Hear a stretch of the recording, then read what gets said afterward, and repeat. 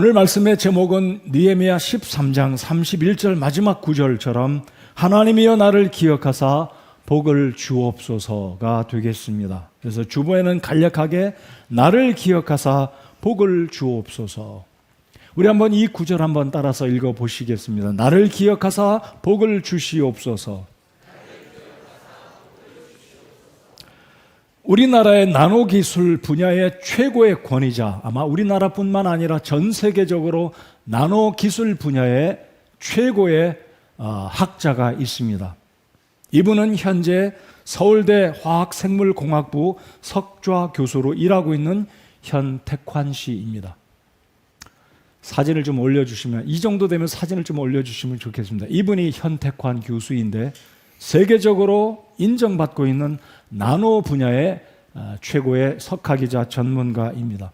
이분이 말하기를 2020년은 하나님이 내게 주신 기적의 해다라고 말을 했습니다. 왜 그러냐면 이분이 항상 잘 나가는 학자로 교수로 주목받지는 못하던 때가 있었습니다. 자, 이분이 미국에서 유학을 하던 당시 국비 장학금으로 지원을 받고 연구를 하게 되는데 이렇다 할 만한, 괄목할 만한 이 리서치, 논문을 발표하지 못하니까 얼마나 속이 타들어갔겠습니까? 이런 연구 저런 연구 다 해보았지만 뭐 이렇다 할 만한 새로운 학문적인 측면의 좋은 연구가 되지 않고 있기 때문에 굉장한 스트레스와 실망 가운데 있었던 때가 있었습니다. 근데 왜 이분이 올해 2020년도를 자신에게 있어서 행운의 해라고 말을 했냐면 이분이 발표한 논문들이 세계적인 굉장히 저명한 학술지마다 4개월간 1월부터 4월까지 연속적으로, 예를 들면 네이처라는 학술지 또는 사이언스라는 굉장히 유명한 학술지에 이분의 논문이 게재되었기 때문입니다. 사진 내려주십시오. 여러분, 나노 기술은 10억 분의 1을 나누어서 연구하는 초소형, 초정밀 세계를 다루는 학문입니다. 여러분, 10억 분의 1, 1억 분의 1도 상상이 안 가는데 10억 분의 1을 초소형으로 아주 작은 그 분야, 초정밀 세계를 다루는 분야가 나노라고 합니다. 이 현 교수가 이렇게 신앙을 고백합니다. 나는 이렇게 살 것이다. 이분이 신앙의 좌우명처럼 생각하는 7, 8가지가 있는데 그 중에 제가 4가지만 간추려서 말씀을 드립니다. 첫 번째, 하나님을 우선순위에 둔다. 둘째, 항상 감사하며 기뻐하며 살도록 노력한다. 셋째, 특히 셋째가 오늘 본문의 말씀과 함께 우리 마음속에 다가와 닿습니다. 문제가 생기면 기도부터 한다. 네 번째, 모든 문제를 온전히 하나님께 맡긴다. 이런 좌우명으로 하나님의 말씀을 의지하고 전능하신 하나님을 의지하면서 사는 학자 아닙니까? 그것도 세계적으로 나노 분야의 최고의 학자인데도 겸손히 하나님을 인정하고 특별히 어려운 일이 생길 때면 먼저 우리 하나님께 나가서 기도한다는 이 신앙 때문에 하나님이 이분을 높여주었다라고 믿습니다. 저희 교회에도 선생님들이 많이 계시고 교수분들도 적지 않습니다. 이미 교수직에서 은퇴하신 분도 계십니다. 자, 우리 선생님들과 교수들을 포함해서 우리 모든 성도들이 오늘 본문의 말씀처럼 이 느헤미야가 전문 직종에 있었고 당시에 부족함 없이 소위 말하는 세상적으로 하면 성공의 가도를 달리고 있던 이 느헤미야가 하나님을 의지하고 기도하는 기도의 삶을 살았다는 것을 생각한다면 오늘 이 코로나19로 인해서 어려움을 맞이한 이 시대의 모든 우리 교회 성도님들이 기도함으로 우리의 기도를 들으시는 그 하나님께서 생사화복의 주가 되시는 하나님께서 우리를 기억하시고 우리에게 복을 내려주시기를 바라는 마음으로 오늘 본문의 말씀을 함께 나누기를 원합니다. 생명의 주인 되신 우리 하나님을 여러분 인정하십니까? 우리 하나님께서 우리를 이끄시고 지켜주시고 복 주실 때에 우리가 행하는 모든 일들이 형통하게 된다는 사실을 인정하지 않을 수가 없습니다. 자, 오늘은 그동안 한동안 하지 못했던 성경 통설교 22번째가 벌써 됩니다.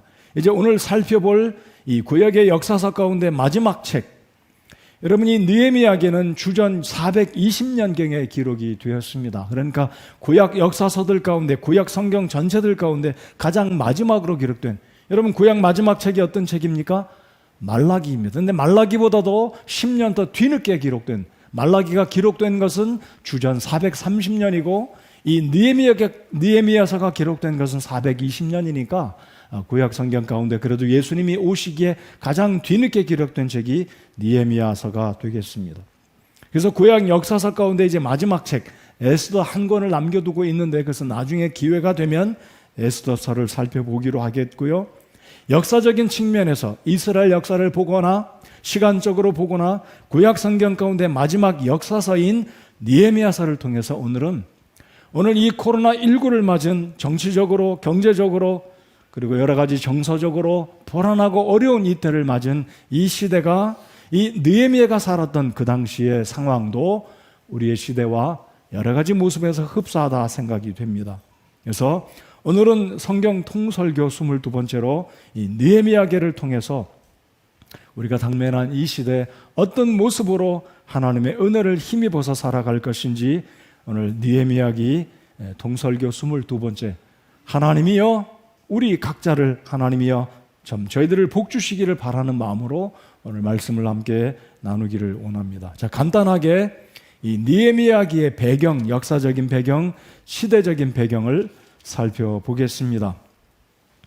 여러분이 알고 계시듯이 이스라엘 역사는 남쪽과 북쪽으로 우리나라처럼 쪼개어지지 않았습니까? 남왕국 유다, 북왕국 이스라엘. 그러나 이스라엘이 먼저 멸망당한 이후에 남왕국 유다도 하나님 앞에 정신 차리고 회개하지 않았기 때문에 남왕국 유다마저도 결국은 바빌론에 의해서 멸망을 당한 것이 세계 역사 가운데서도 우리가 찾아볼 수가 있고, 성경을 우리가 구약 성경을 살펴보면 이 모든 것이 이스라엘 민족의 멸망의 과정을 보여주고 있는 것이 구약의 역사라는 것입니다.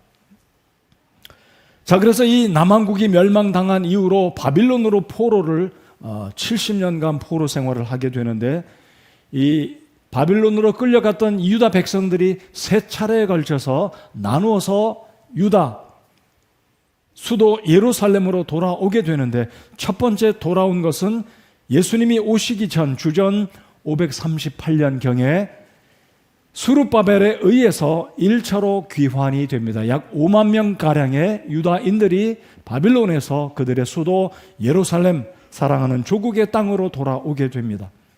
그리고 수룹바벨이 돌아와서 한 일은 무엇이었습니까? 무너지고 회파되었던 솔로몬이 지었던 그 거룩한 하나님의 성전을 다시 짓게 됩니다. 그리고 그로부터 약 80년이 지난 두 번째로 바빌론에서 유다인들이 돌아오게 되는데, 그때는 학사, 제사장인 에스라가 이 유대인들을 데리고 인도하면서 유다 땅으로 돌아오게 되었습니다. 그리고 세 번째로 마지막으로 예수님이 오시기 전 주전 444년경에 오늘의 성경 느헤미야의 인도하에 남은 유다인들이 이제 유다 예루살렘으로 돌아오게 됩니다. 자, 세 번째 귀환에서 우리가 괄목할 만한 일은 무엇이냐면, 첫 번째 귀환에서는 솔로몬의 성전을 다시 중건하였다면 3차 귀환 이후에는 예루살렘 성벽을 다시 쌓고 이들이 외적의 침입을 방비하고 영적으로는 하나님 앞에 돌아와서 이 유다 백성들의 이 정체성을 회복하고 하나님께 예배를 드리는 영적인 회복이 있었다는 측면에서 이 느헤미야가 기록한 역사적인 배경을 우리가 잘 살펴볼 필요가 있다는 것입니다. 자, 그러면 느헤미야기의 저자는 누구이겠습니까? 느헤미야 이 개역 성경은 느헤미야서, 흠정역은 느헤미야기. 그래서 제가 막 혀가 꼬이네요. 이 느헤미야기의 저자는 느헤미야가 저자입니다. 자, 여러분 느헤미야의 이름을 기억해 주시면 오늘 설교의 결론에 가서도 말씀을 드리겠지만, 느헤미야, 야훼, 야자가 들어가지 않습니까? 그래서 하나님께서 위로하신다, 하나님께 위로를 받는다, 그 의미가 느헤미야가 되겠습니다. 느헤미야, 하나님께서 이 시대 우리 성도 여러분과 우리의 마음을 위로해 주시는 하나님이신 줄을 믿고 우리 주님을 찬양하고 높여 드립니다. 하나님이 우리를 위로해 주신다. 그래서 야훼로부터 위로를 받는다, 위로를 받았다라는 의미가 느헤미야의 이름이 되겠습니다. 여러분, 오늘 우리가 1장을 읽었습니다. 예수님이 오시기 전 586년경에 남왕국이 멸망한 후 이제 주전 444년이 되었으니 상당한 시간이 흘렀습니다.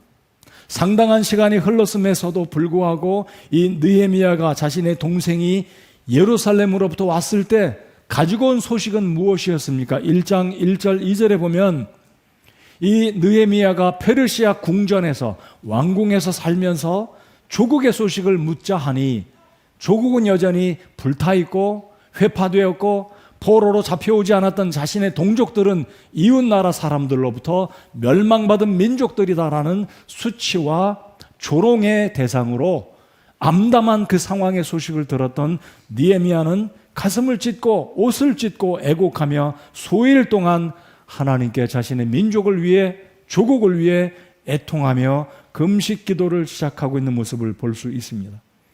그래서 그의 이름이 얼마나 잘 들어봤는지 모르겠습니다. 야훼께서 이 느헤미야를 위로하셨다. 그래서 1장의 배경은 예루살렘의 참담한 상황을 이야기하고 있다는 것입니다. 자, 우리가 이 느헤미야서 1장부터 13장까지 크게 두 부분으로 나누어서 본다면 1장부터 7장까지는 이 느헤미야가 휴가를 맞고 페르시아를 떠나 이스라엘 백성들을 데리고 마지막으로 동족들을 데리고 예루살렘에 돌아와 성벽을 재건하는 것이 1장부터 7장까지가 되겠습니다. 그리고 8장부터 마지막 13장까지는 동시대의 인물이었던 2차 지도자, 2차 귀환 때 지도자였던 에스라와 더불어서 영적인 회복을 일으켰던, 그래서 마지막 8장부터 13장까지는 영적인 회복 운동을 일으키고 있는 모습에 대해서 느헤미야 1장부터 13장까지 큰 주제로 두 가지로 나누어서 볼 수 있겠습니다. 자, 그러면 여러분 주보를 보시면서 세 번째로 느헤미야서에 기록된 목적과 주제가 무엇이겠습니까? 방금 말씀드렸듯이 이 느헤미야서는 우리에게 사회적인 변화, 영적인 변화, 그리고 도덕적인 측면에서 이스라엘 백성들의 정체성을 회복하는 모습에 중점을 두고 있습니다. 여러분, 역사서의 끝부분은 에스라, 느헤미야, 에스더 세 권의 책이 이스라엘의 이 포로기 말기부터 이스라엘의 멸망, 그리고 예수님의 오시기까지 400년의 침묵기까지 그 사이, 그 전의 시대를 보여주고 있다라고 기억하시면 되겠습니다. 자, 그렇다면 에스라서는 영적인 부흥운동을 우리 역사서를 통해서 하나님은 우리에게 보여주고 계시고, 느헤미야기를 통해서는 우리에게 하나님께서 보여주시고자 하시는 것은 이유다 백성들의 사회적이고 윤리적이고 도덕적인 회복과 부흥을 이 느헤미야기를 통해서 우리가 볼 수 있다는 것입니다. 에스라가 영적인 부흥을 보여주고 있다면 이 느헤미야서는 사회적이고 정치적이고 도덕적이고 윤리적인 측면의 이스라엘 백성들이 하나님 앞에서 하나님의 백성답게 살아가는 그런 모습을 이 느헤미야기가 우리에게 보여주고 있다는 것입니다.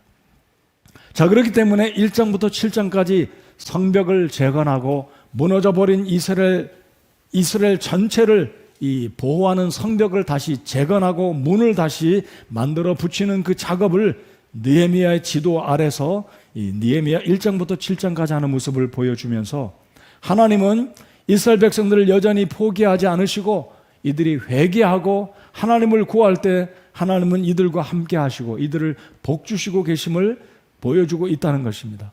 자, 안타까운 것은 13장에 가면 이들이 영적인 부흥을 이루었고 성전을 다시 지었고 성벽을 다시 중건하였고 도덕적으로 윤리적으로 정치적으로 이들이 회복되었지만 영적인 지도자 느헤미야가 다시 그의 직분을 감당하기 위해서 페르시아로 돌아갔다 다시 돌아왔을 때 그 공백기가 7년에서 10년 기간의 공백기가 됩니다.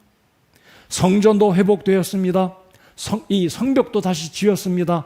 영적으로 회복이 있었고 사회적으로 정치적으로 도덕적으로 이스라엘 백성들이 하나님의 백성답게 변화된 모습으로 살아가고 있었습니다. 그러나 안타깝게도 7, 8년 또는 10년 가까이 느헤미야의 공백이 있었을 그때 이스라엘 백성들은 다시 원위치로 이 유다인들이 다시 타락하고 제사장들이 타협하고 죄를 지음으로 구약의 역사는 안타깝게도 결국은 하나님의 진노하심 가운데 멸망으로 치닫고 회복하지 않게 된 것이 이 구약 역사서의 마지막 결론. 이스라엘 역사는 결국은 하나님의 회개하는 이 백성들을 긍휼히 여겨주시고 축복을 주시는 그 하나님의 은혜를 결국은 저버렸다는 것을 보여주고 있으면서 결국은 이들에게 메시아가 필요하다는 것을 보여주고 있는 것이 구약 역사의 마지막 결론의 힌트가 무엇입니까? 메시아가 필요하구나. 사람은 율법을 지켜서는 구원받을 수가 없구나. 사람은 자신의 노력과 의지로는 아무리 마음을 굳게 먹어도 결국은 메시아가 필요하다는 것이 이 말라기 그리고 에스라 그리고 이 느헤미야가 우리에게 보여주고 있다는 것입니다. 여러분이 느헤미야기 11장을 보시면 이제 메시아에 대한 언급, 유다 지파가 언급되고 있는데 특별히 유다 지파의 그 메시아의 계보가 잘 정리되어 있는 것은 이 느헤미야가 우리에게 보여주고자 하는 목적이 무엇이냐면 머지않아 이 유다 땅에 이스라엘 땅에 하나님의 백성들을 회복시키실 메시아가 올 것이다라는 것을 이 느헤미야기 11장에서 우리가 발견할 수 있다는 것입니다. 자, 이제 저희들 이 오늘 느헤미야기 22번째 성경 통설교 하나님이여 나를 기억하사 복을 주시옵소서 오늘 말씀을 한번 저희들 나눠 보겠습니다. 여러분 말씀드렸듯이 이 느헤미야기와 그리고 에스라 이 성경책은 특별히 이스라엘 역사의 마지막 책이자 구약 역사의 마지막 부분입니다. 자, 그러니까 이 에스라, 느헤미야 그리고 에스더 다음에는 등장하는 책이 무슨 책입니까? 성경의 문학 서적인 욥기, 시편, 잠언, 전도서, 아가서까지 5권이 시가서라고 합니다. 그리고 시가서 5권이 지나면 대선지서, 소선지서 그리고 구약이 끝마칩니다.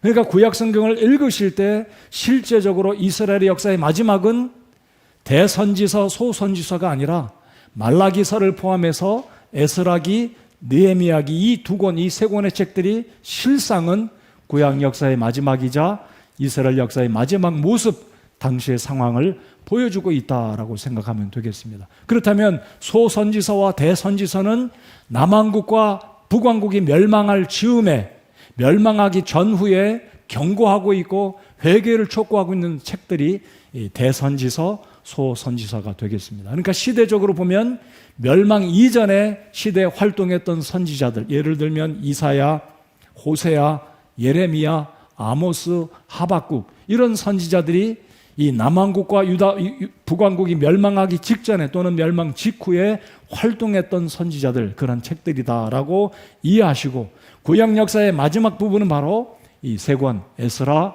느헤미야 이런 책들이다. 그리고 에스더와 같은 책들이다라고 기억하시면 되겠습니다. 자, 그래서 오늘 말씀을 통해 오늘 우리가 당면한 이 경제적인 어려움, 정치적인 어떤 혼돈, 아무런 우리 한국의 장래를 생각한다면 이 느헤미야의 심정이 우리가 이해가 가지 않을까. 예루살렘에서 온 동생의 소식을 듣자 하니 예루살렘은 여전히 불타있고 회파된 상태에 있고 자신은 언제 돌아갈지 기약이 없는 그러한 상황 가운데 암울한 조국을 생각하면 이 느헤미야의 마음은 무너져 내릴 수밖에 없는 그런 상황이었습니다. 아마 저희 교회 성도들을 생각하면 이 코로나19를 통해서 사업과 생업 가운데 적잖은 어려움 가운데 아니 적잖은 것이 아니라 거의 생업을 포기할 정도로 포기하고 싶을 정도로 제가 어제도 우리 청년들 가운데 그 보이는 라디오 대담을 나눈 것을 들었을 때 제 마음이 참 안타까웠습니다. 이 코로나19로 예측하지 못했던 어려움을 만났을 때 모든 사업을 그만두고 정리하고 다른 것을 해야 되겠다는 그 마음을 품었던 어떤 그 형제 말을 들었을 때 저는 참 피부로 느끼지 못하지만 우리 성도 여러분들 생업과 직장과 일터에서 얼마나 어려우실까. 바로 이 느헤미야가 품었던 그 당시의 마음이 그러하지 않았을까? 정치적으로 보면, 경제적으로 보면, 자신들의 히브리인의 정체성을 생각하면 이방인들에게 손가락질을 당하고 언제 이 포로기를 마치고 돌아갈지 기약이 없는 이 느헤미야의 마음은 무너졌기 때문에 이 소식을 들었던 느헤미야는 하나님께 기도할 수밖에 없었다는 것입니다. 여러분, 이 느헤미야는 성경적인 많은 그 사람들이 리더십을 연구할 때 느헤미야를 빼놓을 수가 없는 성경적인 리더십 또는 영적인 리더십의 표본이 되는 사람은 바로 이 느헤미야였다는 것입니다. 왜 그렇습니까? 이 느헤미야는 눈물의 사람이고 마음이 따뜻한 사람이고 불의를 용납하지 않는, 여러분 성경을 읽다 보면 이 느헤미야가 아주 분노하면서 동족들에게 이자를 받는 그 부유한 사람들, 귀족들을 혼을 내고 책망하고, 도비아라는 사람에게 제사장이 그 방을 내어줬을 때 이방인이 성전에와 산쪽에 살고 있는 것을 허용해 주었던 그 제사장들을 아주 화를 내고 도비아를 다 쫓아내고 그 방 안에 있는 도비아의 모든 물건들을 바깥에 집어던지고 화를 내고 하나님의 성전을 정화하는, 정말 이 의 앞에서 분노를 품는 하나님의 종이었던 이 느헤미야를 우리가 볼 수 있기 때문입니다. 특별히 오늘 이 말씀을 통해서 우리가 살펴보아야 할 것은 이 느헤미야는 기도의 사람이었다는 것입니다. 기도의 종이었다는 것. 그래서 오늘 우리가 읽었지만은 1장의 말씀을 다시 한번 살펴보겠습니다. 자, 1장에 이 느헤미야가 동생으로부터 예루살렘의 소식을 듣지 않습니까? 그러자 이 느헤미야는 애곡하며 며칠 동안, 직무에도 불구하고 며칠 동안 앉아서 울고 애곡하며 금식 기도를 시작하게 되는데 6절을 저희들 다시 한번 읽겠습니다. 6절 시작. 이제 주께서는 귀를 기울이시며 눈을 여시사 주의 종의 기도를 들으시옵소서. 내가 이제 주의 종 이스라엘 자손을 위하여 주 앞에서 밤낮으로 기도하며 이스라엘 자손의 죄들을 기도하며 자백하오니 우리가 주께 그 죄들을 지었나이다. 나와 내 아버지 집이 죄를 지었나이다. 밤낮으로 기도한다라고 말합니다. 밤낮으로 애곡하며 눈물 가운데, 금식 가운데 기도하고 있었다는 것입니다. 자, 그런데 11절 이제 보시면 느헤미야가 구체적으로 기도하고 있는데, 하나님이여 내가 이 사람 앞에서 은혜를 입게 하옵소서. 11절을 다시 한번 보시기 바랍니다. 오 주여 간청하건대 이제 귀를 기울이사 주의 종의 기도와 주의 이름을 두려워하기 원하는 주의 종들의 기도에 귀를 기울이시고, 원하건대 이날 주의 종을 형통하게 하사 이 사람의 눈앞에서 주의 종에게 긍휼을 베푸시옵소서 하였나니 나는 왕의 잔을 드는 자였느니라. 물 한 모금 제가 마시겠습니다. 느헤미야는 자신의 직업을 왕의 잔을 드는 사람이다라고 말합니다. 왕의 잔, 다시 말씀드리면 술잔을 드는 사람입니다. 아마 이 성경적인 배경을 말씀드리면 아시는 분이 상당히 많이 계시겠지만 또 한번 말씀드리면 느헤미야의 직업은 페르시아 제국에서 왕궁에서 왕의 자리에서 왕의 술잔을 드는 사람입니다. 그러니까 단순하게 생각하면 이 느헤미야는 술 시종을 드는 사람이 아닌가라고 생각하실지 모르겠지만 영어적인 표현을 쓰면 컵 베어러입니다. 컵 베어러. 술잔을 들고 술잔을 책임지는, 다시 말씀드리면 이 시대의 고대 왕국에서는 이 국왕들을 해치는 사람들이 많았기 때문에 정적들로부터 왕의 생명을 보호하기 위해서는 그가 음료로 마시는, 음식을 먹고 난 후에 포도주를 먹는다든지 아니면 음료를 마실 때 그 속에 독을 넣어서, 우리나라 조선시대에도 많이 그런 일이 있지 않았습니까? 독을 타갖고 왕들을 시해하잖아요. 이 느헤미야의 직업은 굉장히 높은, 오늘날로 치면 경호실장쯤, 그러니까 유다인으로서 페르시아 제국의 왕의 생명을 좌지우지하는, 왕의 생명을 책임지는 그 책임 있는 사람이라면 굉장한 직업으로 인기 있고 권력이 있고 상당한 부와 권력과 명예를 지니고 있는 사람이 바로 느헤미야였다는 거죠. 그렇다면 느헤미야는 자신의 머리를 써서, 자신의 직분을 써서 왕에게 말한 것이 아니라 먼저 조국의 암담한 상황을 보고 하나님께 기도하기를, 하나님이여 내가 이 사람 앞에서 주의 종에게 긍휼을 베푸셔서 조국을 돌아보도록 기회를 주시기를 기도하고 있다는 것입니다. 여러분, 저와 여러분 같다면 유다가 멸망한 지 이미 굉장한 시간이 흘렀습니다. 여러분, 586년에서 444년을 빼보십시오. 상당한 시간이 지나지 않았습니까? 그렇다면 이 유다가 회복될 수 있는 가능성은 거의 없다고 보아도 과장된 것은 아닐 것입니다. 그리고 지리적으로 지금 이 느헤미야는 바빌론 제국이 지나고 새로운 제국 페르시아 제국에 있으면서 이 느헤미야는 자기의 조국을 염려하고 어떻게 하면 이 민족, 나의 민족이 회복될까?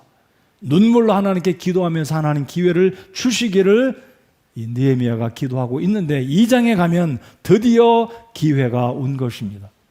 드디어 이 느헤미야가 왕 앞에서 괴로워하면서, 여러분 수일 동안 금식했으니 얼굴이 좀 초췌해지지 않았겠습니까? 수염을 깎고 왕 앞에 나갔는지는 모르겠지만 드디어 왕이 식사를 할 때 여전히 그의 직무에 따라 포도주 잔을 들고 왕 앞에 잔을 올리는데 그의 모습이 수색이 가득한 얼굴입니다. 자, 왕이 묻습니다. 느헤미야, 너 오늘 무슨 일이 있길래 너의 얼굴이 수색으로 가득 찼느냐? 너 혹시 내 마음속에 나를 시해하려고 이상한 생각하고 있는 거 아니냐? 라고 물을 때 느헤미야가 당황합니다.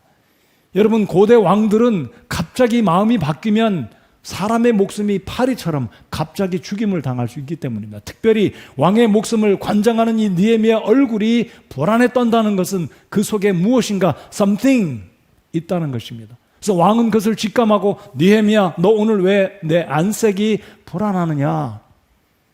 이 말을 들은 느헤미야가 더 긴장을 합니다.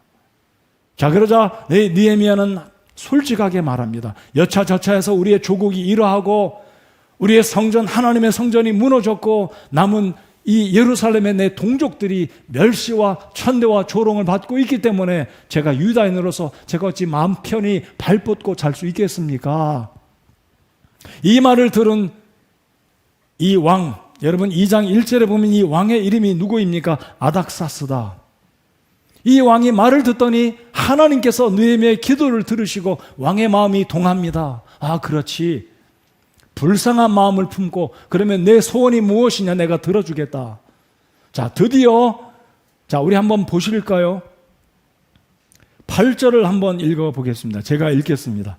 또 왕의 삼림을 지키는 자 아삽에게 편지를 내사 그 집에 속한 궁궐의 문들과 그 도시의 성벽과 내가 들어갈 집을 짓기 위한 들보들을 만들도록 그가 내게 제목을 주게 하옵소서 하매 내 위에 임한 내 하나님의 산한 손에 따라 왕이 내게 허락하니라. 드디어 왕이 이 느헤미야의 기도를 듣고 간청을 듣고 허락을 합니다. 4절 다 같이 읽겠습니다. 2장 4절 읽겠습니다. 시작. 이에 왕이 내게 이르되 그러면 내가 무엇을 원하느냐 하기에 내가 하늘의 하나님께 기도하고, 자, 내 소원이 무엇이냐? 자, 이때 느헤미야가 진중합니다. 경거망동하지 않고 임금님 제 소원이 이렇습니다 라고 말하지 않고 그 짧은 사이에 내 소원이 무엇이냐 물으니까 느헤미야가 묵도하지 않았을까? 고개를 숙이고 하늘의 하나님께 기도를 드립니다. 수초가 지났을까요? 고개를 들고 임금님 제 소원이 이러합니다. 5절에 나의 열조의 무덤들은 회파됐고 풀이 나 있고 아무도 우리 열조의 무덤을 돌보는 사람도 없고 우리나라가 망해져 가고 있는데 저를 기쁘게 생각하시면 제게 특별 휴가를 주셔서 조국으로 다녀오게 해 주십시오. 그래서 드디어 이 느헤미야가 허락을 받고 예루살렘으로 특별 허가를 받고 돌아간 것이 1장의 사건. 그리고 2장에 들어가면 드디어 이 느헤미야가 성벽 공사를 시작하고 있습니다. 자, 오늘 특별히 2장 8절을 제가 먼저 읽었는데 8절 하반절을 한번 같이 읽겠습니다. 굉장히 중요한 고백을 느헤미야가 하고 있습니다. 8절 하반절 내게 제목을 주게 하옵소서부터 읽겠습니다. 시작. 내게 제목을 주게 하옵소서 하매 내 위에 임한 내 하나님의 선한 손이 따라 왕이 내게 허락하니라. 내 하나님의 선한 손에 따라 왕이 내게 허락하니라. 여기 이 부분에 이렇게 줄을 쳐두실 부분은 하나님의 선한 손에 따라, 하나님이 느헤미야의 기도를 들으시고 하나님의 손이 역사해 주셨다는 것입니다. 여러분, 회파된 예루살렘의 성벽을 짓고 문짝을 다루려면 여러분, 성벽의 문은 얼마나 크고 굉장히 무거운 나무, 좋은 목재로 져야 되지 않겠습니까? 목재가 필요하기 때문에 이 느헤미야는 특별 휴가를 허락을 받았을 뿐만 아니라 목재까지도 임금님이 허락해 주셔서, 그리고 이들이 예루살렘에 당도할 때까지 바벨론에서부터 페르시아에서부터 유다까지 돌아오려면 중간에 산적도 있고 대적들도 만나면 이 느헤미야는 굉장히 세밀하게 우리를 보호할 기병도 보내주시고 목재도 허락하시고 다양한 분야로 기도했고, 그 기도를 하나님이 들어주시기를 간구했을 때 하나님의 선한 손에 따라, 자, 한 장을 넘겨서 18절을 또 한번 읽어보겠습니다. 18절 함께 읽겠습니다. 2장 18절 시작. 그때 내가 그들에게 내 위에 선하게 임한 하나님의 손과 또 왕이 내게 하신 말씀을 고하였더니, 하나님의 손과, 사랑하는 성도 여러분들, 여러분의 생업 가운데, 여러분의 계획 가운데 하나님의 전능하신 손이 함께 하신다면 우리 모두가 형통하게 될 것을 믿으시기 바랍니다. 우리가 기도할 때 하나님이여 나를 기억하사 복을 주시옵소서. 여러분, 사실 저는 개인적으로 느헤미야가 자신의 부귀를 위해서, 승진을 위해서 하나님 나를 복 주시옵소서라고 기도하지 않았다고 저는 생각합니다. 지금 느헤미야가 기도한 것은, 소원했던 것은 하나님이여 나를 기억하사 복을 주시라고 기도한 것은 자신의 조국, 하나님의 성전, 이스라엘 백성들의 영적인 회복을 위해서, 조국을 위해서 기도했던, 그리고 그 복이 하나님께로부터 말미암을 때 가능하다는 것을 이 느헤미야가 인정했기 때문에 하나님 내 기도를 들으시고 내 동족을 불쌍히 여겨 주시기를 기도했다는 것이 바로 이 느헤미야의 기도의 핵심이라는 것입니다. 자, 드디어 이 느헤미야가 왕의 특별한 허락을 받고 보너스를 받고 특별 휴가를 받아 예루살렘으로 도착을 합니다. 도착해서는 예루살렘 성전을 둘러보고 리서치를 다 합니다. 어디부터 공사를 해야 될지, 누가 공사를 맡겨서 이 일을 이룰지. 적지 않은 일이었습니다. 여러분, 예루살렘 성벽을 다시 쌓는다는 것, 거기에 문들을 단다는 것은 굉장한 노력과 장비와 인력과 시간이 필요한 것입니다. 자, 그런데 이 느헤미야기 3장을 보시면은요, 사람들의 이름이 다 언급됩니다. 어디부터 어디까지는 누가 지었고 어떤 문짝은 누가 달았고 개인의 이름이 다 언급되고 있다는 것입니다. 이 부분을 읽을 때 지루할지 모르겠습니다. 대충 그냥 지나갈지도 모르겠습니다. 저도 가끔 가다 이런 부분을 읽을 때는 그냥 빨리 눈으로 읽고 지나갈 때도 있습니다. 자, 근데 왜 그러면 느헤미야 이 3장에서는 성전을, 이 성벽을 어디부터 어디까지 누가 보수하였고 문은 누가 달았고 사람들의 이름을 다 언급한 것은 바로 하나님의 나라를 위해서 수고한 여러분들의 이름을 하나님이 기억하시고 귀하게 여겨주신다는 사실입니다. 우리가 어려운 때를 살고 있지만 모이기를 기뻐하고 모이기를 힘쓰고 하나님의 나라를 위해서 수고하는 그 헌신을 우리 하나님은 모두를 잊지 않고 기억하신다는 것입니다. 여러분, 이 말씀을 제가 묵상해 보면서 우리 교회 성도들 가운데 어떤 분들은 이 어려움 가운데 있어도 어떤 성도님들은 그래도 사업이 잘 되는 분도 있습니다. 또 어떤 분들은 상대적으로 정말로 어려워서 더 이상 버티지 못하는 그런 지경까지 이른 성도들도 있을 것입니다. 또 어떤 성도는 코로나19와 상관없이 여전히 건강하고 여전히 고정적인 수입이 있고 여전히 큰 어려움 없이 지내는 그런 성도들도 있을 것입니다.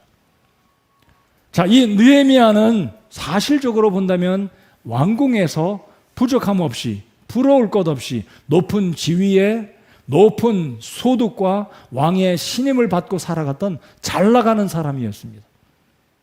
근데 이 느헤미야가 무엇이 안타깝고 무엇이 아쉬워서 하나님께 눈물로 금식하며 간절히 기도하면서 자신의 동족을 돌아보았겠습니까? 바로 이러한 것이 오늘 이 시대를 살아가는 우리 성서침례교 모든 성도들 한 사람 한 사람, 아이나 어른이나 할 것 없이 우리 모두에게 필요하다는 동일한 마음을 품고 하나님께서 이 나라 이 민족, 우리가 당면한 우리 한국의 정치적인 상황, 경제적인 상황, 우리 개개인들의 사업의 어려움, 생업의 어려움, 미래 진로의 어려움, 우리 건강의 어려움을 갖고 있는 성도들과 함께 마음을 같이 하면서 우는 자들과 함께 울고 웃는 자들과 함께 웃을 수 있는 이와 같은 느헤미야와 같은 마음, 그 기도가 우리 모두에게 있어야 한다는 것입니다.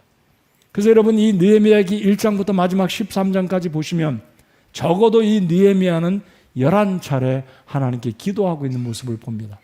형통할 때도 기도했고 어려울 때는 더 기도했고, 그는 기도로 성벽 공사를 시작했고 성벽 공사를 시작하면서도 기도했다는 것을 우리가 느헤미야기 1장부터 마지막 장까지 쭉 살펴볼 수 있습니다. 그래서 이 느헤미야기에서 우리가 가장 중요하게 살펴보고 관찰해야 될 부분들은, 이 느헤미야기서가 우리에게 보여주고 있는 것은 신약 성경의 어떤 한 권의 책과 유사한 모습을 보여주고 있다. 다시 말씀드립니다. 이 느헤미야기는 신약 성경의 어떤 책과 함께 공통 분모를 가지고 있는 책이 있는데, 그 책이 바로 에베소서라는 책입니다. 에베소서의 책을 잘 읽다 보면 예수님을 중심으로 벽과 벽돌이 쌓아져 가고 함께 건축되어 가고 완공되어 가는 모습을 에베소서가 보여주고 있는데, 바로 그 모습은 느헤미야가 사랑하는 조국의 성벽을 쌓고 안팎의 어려움들이 있었지만 그 어려움들을 기도로 극복하고 결국은 성벽을 완공하고, 완공한 이후에는 모든 백성들이 함께 모여 물문 앞에, 수문 앞에 모여서 하나님께 기쁨으로 감사로 예배드리면서 이들이 영적으로 하나님 앞에 돌아오는 놀라운 장면이 이 느헤미야기 속에 들어 있다는 것을 발견하게 됩니다. 자, 저희들 에베소서 2장을 잠깐 열어보시겠습니다. 신약성경 에베소서 2장입니다. 에베소서 2장 21절 22절을 보시겠습니다. 신약성경 291쪽 에베소서 2장 21절 22절을 함께 읽어보겠습니다. 이 구절을 읽으면서 느헤미야가 성벽을 공사했던 것을 연상하면서 21, 2절을 함께 읽겠습니다. 시작. 그분 안에서 모든 건물이 꼭 맞게 함께 뼈대를 이루어 주 안에서 한 거룩한 전으로 자라가고, 그분 안에서 너희도 성령을 통해 하나님의 처소로 함께 세워져 있느니라. 여러분, 교회는 예수 그리스도를 머리로, 예수님을 모퉁이 돌로 20절에도 보면 20절 보십시오. 사도들과 대언자들의 기초 위에 세워진 자들이니라. 예수 그리스도께서 친히 으뜸 모퉁이 돌이 되시나니, 예수님을 중심으로 우리 교회가 벽돌 한 장 한 장, 이쪽 벽과 저쪽 벽이 연결이 되어서 함께 지어져서 완공되어질 것입니다. 언제 완공이 되어질 것입니까? 예수 그리스도께서 다시 재림하시는 그날에 교회는 온전하게, 완전하게 흠도 점도 없이 우리 주님을 맞이하게 될 것입니다. 이런 측면에서 에베소서와 느헤미야기는 공통적인 신학적인 공통 분모가 있다는 것. 그러므로 우리가 기억해야 될 것은 무엇입니까? 오늘 우리는 유다 성벽을 쌓지는 않습니다. 예루살렘은 우리와 상관이 없습니다. 그렇지만 영적인 측면에서 우리는 하나님의 백성으로 교회를 세우는 그 일에 힘을 모아서 벽돌 한 장을 함께 쌓아 올리고 예수 그리스도를 중심으로 이 교회를 세워 나가야 된다는 것입니다. 그런 과정에 있어서 우리가 정치적으로, 경제적으로, 생업적으로 어려움 가운데 있는 이 시국에 안팎으로 어려움이 있지만 주님을 의지하고 신뢰하면서 기도하면서 하나님의 교회를 세워나가는 우리 모두가 되어야 한다는 것을 하나님은 에베소서를 통해서, 느헤미야기를 통해서 우리에게 보여주고 있는 것입니다. 여러분, 이 느헤미야기가 우리에게 보여주는 모습을 잘 보면 성벽을 쌓을 때 얼마나 어려움이 있었습니까? 안팎으로 어려움이 있었습니다. 아까도 제가 말씀을 드렸지만 이 부자들, 귀족들은 돈놀이를 했습니다. 그 와중에 여러분, 성벽 공사할 때 기근이 왔습니다. 그러니까 먹을 것이 없으니까 성벽 공사를 하던 사람들은 자신들의 포도밭을 전당으로 내주고 곡물을 받아오고 돈을 빌려옵니다. 근데 이 기근이 계속되고 성벽 공사는 진행이 돼야 되니까 이 가난한 사람들은 그 돈을 갚을 길이 없었습니다. 부채는 자꾸 늘어갑니다. 이 귀족들은 그 기회를 타서 동족들을, 그들의 자녀들을 종으로 삼고 그들에게 더 많은 이자를 받는 모습을, 그래서 느헤미야가 그 소식을 들었을 때 분개하고 귀족들과 부자들을 다 모아놓고 너희들이 이럴 수 있느냐, 그들을 책망하고 별일을 취하지 말고 이자 받지 말고 그들에게 관대하라고 느헤미야가 그들을 호통하게 됩니다. 내부적으로 이런 어려움이 있었습니다. 밖으로는 어떤 어려움이 있었습니까? 여러분, 이 사마리아 사람이나 이 암몬 사람들이, 유다인들이 바빌론에서 돌아와서 성벽을 짓는다고 하니까 이들이 조롱하고 음모를 꾸미고 이 사람들을 굉장히 낙심시키고 너희들이 쌓는 성벽은 여우가 올라가도 성벽은 무너질 것이다. 너희들의 역사는 예전에도 시작했지만 머지않아 며칠 못 가서 너희들 끝날 거다. 니네들 본래가 그런 사람들이다라고 이방 사람들이 유다인들을 낙심시키고 조롱하고 음모를 끊임없이 그들을 통해서 성벽 공사를 포기하도록 만들었습니다. 그래서 이 느헤미야 지도자는 백성들에게 어떻게 했냐면 잠잘 때도 옷을 입고 자게 했습니다. 여차하면 적군들이 쳐들어오면 잠자다가도 일어나서 싸울 준비를 하도록, 그리고 시간을 아끼기 위해서 작업복을 입고 잠자게 하고, 한 손에는 칼과 창을 들고 한 손에는 괭이와 삽과 대패를 들고 일을 하도록 철저하게 하나님의 성벽을 짓는 그 일에 전심전력을 다 기울였습니다. 내부의 문제도 해결하고 바깥의 문제도 최선을 다해서 막고, 그리고 52일 만에 예루살렘 성벽 뺑 둘러서 모든 성벽을 쌓고 문짝을 달고 완공할 수가 있었던 것입니다. 여러분, 이들이 기근 가운데, 경제적인 어려움 가운데, 외부적인 어려움과 공격과 모함과 조롱과 비방 가운데 있었지만 이들이 성벽 공사를 마음을 모아서 함께 끝마칠 수 있었던 것은 바로 이 느헤미야가 하나님께 기도할 때 하나님의 선하신 손에 도우심의 역사가 있었기 때문에 이들은 성벽 공사를 완공할 수가 있었던 것입니다. 자, 오늘 이 어려운 때를 살아가는 저와 여러분에게는 어떻습니까?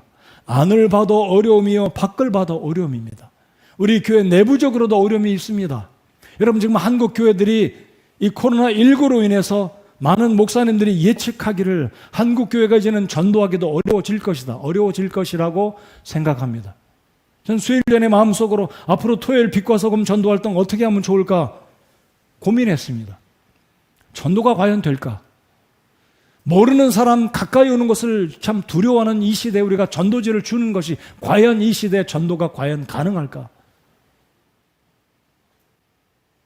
예배에 나오지 않고 벌써 수개월을 인터넷으로 예배하던 성도들이 과연 예배가 재개되면 그들이 원근각지를 물어나고 하나님의 교회당에 나와서 예배를 드릴까? 식었던 열정들이 회복되어질까? 우리는 내부적으로 어려움이 있습니다. 또 외부적으로는 어떤 어려움이 있습니까? 학생은 학생들대로, 가정주부는 주부대로, 직장인과 사업하는 사람들은 나름대로 이 코로나19가 새로운 분위기로 우리의 사회의 모습들을 바꿔두고 있습니다. 우리의 하나님의 나라를 섬기는 우리에게 있어서는 안으로도 문제요, 밖으로도 문제, 마치 이 느헤미야가 당면한 이 시대와 같은 상황 가운데 있지 않나 생각합니다. 그럴지라도 우리가 하나님의 선하신 손이 함께 하신다면 우리가 그래도 숨 쉴만하고 그래도 살 수 있으며 그래도 하나님께 소망을 두고 하나님의 나라를 위해서 있는 곳에서 최선을 다해야 한다고 우리는 믿지 않습니까? 하나님이 우리와 함께 하심을 믿고 확신하시는 여러분 모두가 되시기를 바랍니다. 그래서 에베소서는 이렇게 우리에게 권면하고 있습니다. 6장을 열어보시겠습니다. 에베소서 6장. 성벽을 건축하던 이스라엘 백성들이 한 손에는 칼과 창을 들고 한 손에는 연장을 들고 이들이 성벽을 공사를 진행했던 것처럼 에베소서 6장에서는 우리에게 이렇게 준비하라, 이런 싸움으로 너희가 맞이하라고 주님께서 말씀을 하십니다. 10절부터 제가 읽겠습니다. 끝으로 내 형제들아, 주 안에서와 그분의 강력한 권능 안에서 강건한 자가 되라. 너희가 마귀의 관계들을 능히 대적하며 서기 위해 하나님의 전신갑주를 입으라. 우리는 살과 피와 맞붙어 싸우지 아니하고 정사들과 권능들과 이 세상 어둠의 치리자들과 높은 처소들에 있는 영적 사악함과 맞붙어 싸우느니라. 13절 함께 읽겠습니다. 시작. 그러므로 너희가 악한 날에 능히 버티어내고 모든 일을 행한 뒤에 서기 위해 하나님의 전신갑주를 취하라. 여러분, 유다인들은 성벽을 쌓으면서 작업하던 이 옷을 그대로 입고 잤습니다. 심지어 성경에 보면 목욕도 하지 말라 그랬습니다. 성벽 공사가 끝마치기 전까지는 우리가 결단코 쉬지 않겠다는 단호한 마음속에 다짐과 확신이 있었기 때문입니다. 한 손에는 창을, 한 손에는 연장을. 여러분, 우리가 하나님 말씀 보면 마귀의 관계들을 능히 대적하기 위해서 전신갑주를 입으라 말씀합니다. 여러분, 성경 계속해서 읽고 계십니까? 매일마다 하나님 말씀 읽고 계십니까? 저는 올해 최소한 성경 3독을 하려고 노력을 하고 있습니다. 여러분, 적어도 1년에 우리 성도 여러분들 1독은 해야 되지 않겠습니까? 성경 읽고 계십니까? 하나님의 말씀으로 무장하시는 여러분들 모두가 되시기 바랍니다. 13절, 그러므로 너희가 악한 날에 능히 버텨내고. 여러분, 이 유다 백성들은 버텨냈습니다.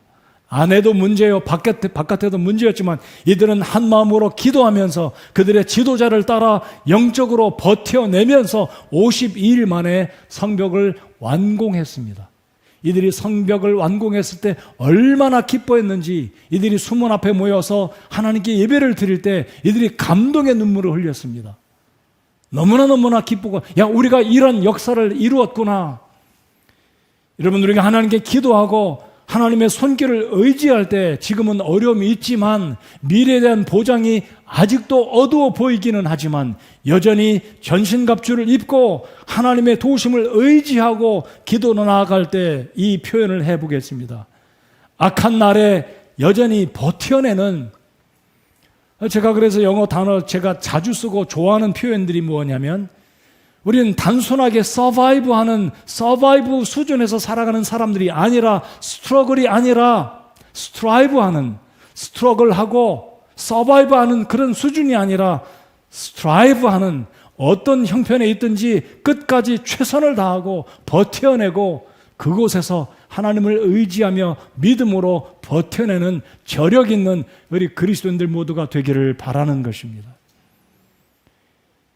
여전히 아마 오늘 이 말씀을 드리고 예배를 드리고 돌아가도 여러분 출근을 하면 여러분의 직업 상황, 생업의 상황은 바뀌어지지 않을 수도 있을 것입니다. 그렇다 할지라도 오늘 에베소서 6장에 있는 말씀처럼, 그러므로 너희가 악한 날에 능히 버텨내고 모든 일을 행한 뒤에 서기 위해 하나님의 전신갑주를 취하라. 18절 함께 읽겠습니다. 시작. 모든 기도와 간구로 성령 안에서 항상 기도하되 모든 성도를 위해 모든 인내와 간구로 그 일에 깨어 있고. 느헤미야는 기도의 사람이었고 그의 리더십의 핵심은 기도였습니다. 그가 확신한 것은 하나님의 선하신 손이 돕기를 바랬고 그가 기도한 것처럼 하나님의 선하신 손이 그를 도왔습니다. 왕의 마음이 움직여졌고 그에게 특별 휴가를 주었고 많은 목재들과 병사들이 그를 호위했고 유브라테스 강을 건너서 유다까지 올 때까지 하나님의 선하신 역사는 시작이 되었고 결코 멈추지 않았습니다. 자, 안타까운 것은 13장으로 가보면서 이제 말씀을 마무리 쳐 보겠습니다. 느헤미야 13장 마지막 장으로 가보겠습니다. 자, 성벽 공사가 마쳤습니다. 정치적으로, 경제적으로, 영적으로 이들이 쇄신이 되었고 부흥이 왔습니다. 회복이 되었습니다. 자, 이제 성벽 공사가 완성되었으니 느헤미야는 특별 휴가 기간을 마치고 다시 그의 직무를 감당하기 위해서 페르시아로 돌아갔습니다. 자, 돌아갔더니 어떤 일이 벌어졌습니까? 그 사이에 이스라엘 백성들이 또다시 타락하기 시작합니다. 도덕적으로, 윤리적으로, 종교적으로 이들이 또다시 마음이 루스해져가지고 느슨해져가지고 또다시 종전처럼 그들의 열조들이 왜 예루살렘 성전이 무너졌고 파괴되었는지 까마득하게 잊어버리고 이들이 또다시 원상태로 돌아가 있는 안타까운 모습을 13장에서 발견하게 됩니다. 이제 13장에 보시면 6절을 보시기 바랍니다. 6절 다 같이 읽겠습니다. 시작. 그러나 이 모든 기간에 내가 예루살렘에 있지 아니하였나니 바빌론 왕 아닥사스다의 제32년에 내가 왕에게 갔다가 며칠 뒤에 왕에게서 휴가를 얻어. 여기서 며칠이라는 말은 번역상에 성경 필사할 때 오류가 발생했다 생각합니다. 이 예루살렘의 성벽 공사를 마치고 느헤미야가 페르시아로 다시 돌아갔다가 며칠 만에 올 수가 없습니다. 거리적으로 수십 일이 걸리는 여정 아니겠습니까? 이 학자들이 생각할 때 여기서 며칠은 최소한 며칠이 아니라 상당한 몇 년의 기간이 지났을 것이다. 길게는 10년, 짧으면 7년에서 8년. 자, 7, 8년이 지난 후에 느헤미야가 다시 예루살렘으로 돌아와 봤더니 참담한 모습을 보고 이 느헤미야가 또다시 격분하기 시작합니다. 말씀드린 대로 이스라엘 백성들은 이방 사람들과 결혼을 합니다. 유다 처녀들이 이방 사람들과 아무 생각 없이 결혼을 하고 이방인이 하나님의 성전에 방에 와서 그 방을 차지하고 그 방을 쓰고 있고 제사장들은 하나님께 예배를 드릴 때 병든 것을 가지고 쓸모없는 것을 가지고 하나님께 제사를 드리고 하나님을 멸시하는 그런 행위들이 11조를 드리지 않는 모습들이 자, 한번 보실까요? 10절을 보시겠습니다. 10절, 13장 10절 읽겠습니다. 시작. 내가 또 그들이 레위 사람들의 몫을 그들에게 주지 아니하였음을 알게 되었으니 11절을 안 합니다. 15절에서부터 22절까지 안식일을 지키지도 않습니다. 23절로 24절 히브리인들이 히브리 말도 못합니다. 여러분, 이 유다 땅에 살고 있는 예루살렘에 살고 있는 사람들이 어떻게 이방인들과 교류가 심했으면 자신들의 말도 하지 못할 지경이 됐습니다. 여러분 상상이 가십니까? 예루살렘에 살고 있던 자들이 자기들의 말도 못할 정도로 외국인과 교류가 심했다는 것은 영적으로 그 정도 센스가 다 바닥에 떨어졌다는 것입니다. 히브리 말도 못했어요. 여러분, 우리나라 백성들, 우리나라 국민들이 외국인들이 많이 사는데 우리 2세들이 한국말 못한다고 상상이 가십니까? 그 정도라는 거죠. 자, 이제 거두절미하고 이 안타까운 모습을 느헤미야가 보면서 통탄을 합니다. 그리고 책망을 하고 다시 쇄신을 하려고 하지만 결국은 안 됩니다. 이 당시의 모습을 말라기 선지자도 보고 애통해하면서 제사장들을 책망하고 쓴 책이 바로 말라기라는 것입니다. 그리고 마지막에 말라기야가 그리고 이 백성들에게 희망의 메시지를 주고 있는 것이 말라기 한 구절을 제가 읽어드리면 그러나 내 이름을 두려워하는 너희에게는 의의 해가 자기 날개들 안에 병 고치는 능력을 가지고 떠오르리니 너희가 나아가서 외양간의 송아지들 같이 자라리라. 말라기도 안타까워하면서 암울한 이스라엘 백성들의 마지막 종말을 바라보면서 신약시대가 도래하는 그 때를 바라보면서 메시아를 바라보면서 해가 떠오르는 그 메시아를 서광을 바라보면서 이 메시아를 열망하고 이 구약 성경이 마치고 있다는 것. 말라기와 느헤미야가 그렇게 끝나고 있다는 것입니다. 그러니까 이 느헤미야 13장이 보여주는 건 무엇이냐면 사람은 안 된다. 율법은 우리를 구원할 수도 없고 우리를 쇄신할 수가 궁극적으로는 없다는 것. 결국은 예수 그리스도가 우리를 구원하실 것이고 예수 그리스도를 의지할 때 우리가 영적으로 바르게 설 수 있다는 것을 역사서 마지막 책이 우리에게 보여주고 있다는 것입니다. 오늘 설교의 결론입니다. 이 영적으로 어두웠던 이 이스라엘 백성들, 유다 민족을 바라보았던 느헤미야는 결국은 하나님께 기도하면서 하나님 이 백성을 도와주시기를, 그것이 느헤미야가 표현한 나를 기억하사 복을 주시옵소서. 느헤미야는 자신의 개인적인 어떤 축복을 구한 것이 아니라 동족을 위해서 기도한 것이 느헤미야의 기도였다는 것을 기억하면서 이 시대의 어려운 때를 살고 있는 성도 여러분들, 시편 127편 말씀처럼 주께서 집을 세우지 아니하시면 그것을 세우는 자들의 수고가 헛되며 주께서 도시를 지키지 아니하시면 파수꾼의 깨어있음이 헛되다는 이 고백이 우리 입술의 고백이 되면서 오늘 이 아침에 우리가 하나님께 기도를 드리고 기도를 해야 될 이유가 바로 여기에 있다는 것. 내 하나님이여 나를 기억하사 복을 주시옵소서. 느헤미야, 야훼께서 위로하신다. 오늘 어려움과 고통 가운데 있는 우리 성도 여러분들을 하나님께서 위로하시고 격려해 주시고 고난과 역경 가운데서 일으켜 주시는, 특별히 오늘 읽었던 2장 18절 말씀, 2장 8절 말씀처럼 하나님의 능하신 손이 우리가 기도할 때 우리와 여전히 함께 하신다는 것을 확신하고 돌아가시는 이 아침에 하나님의 말씀이 되시기를 바랍니다. 하나님의 능하신 손이 우리 모두와 우리가 기도할 때 우리의 기도를 들으시고 우리와 함께 한다는 것을 확신하시면서 이 나라, 이 민족, 우리 대한민국의 교회들, 우리 지체들을 위해서 하나님께 기도로 나아가는 이번 한 주간이 되며 6월 한 달이 되기를 바랍니다. 기도하겠습니다.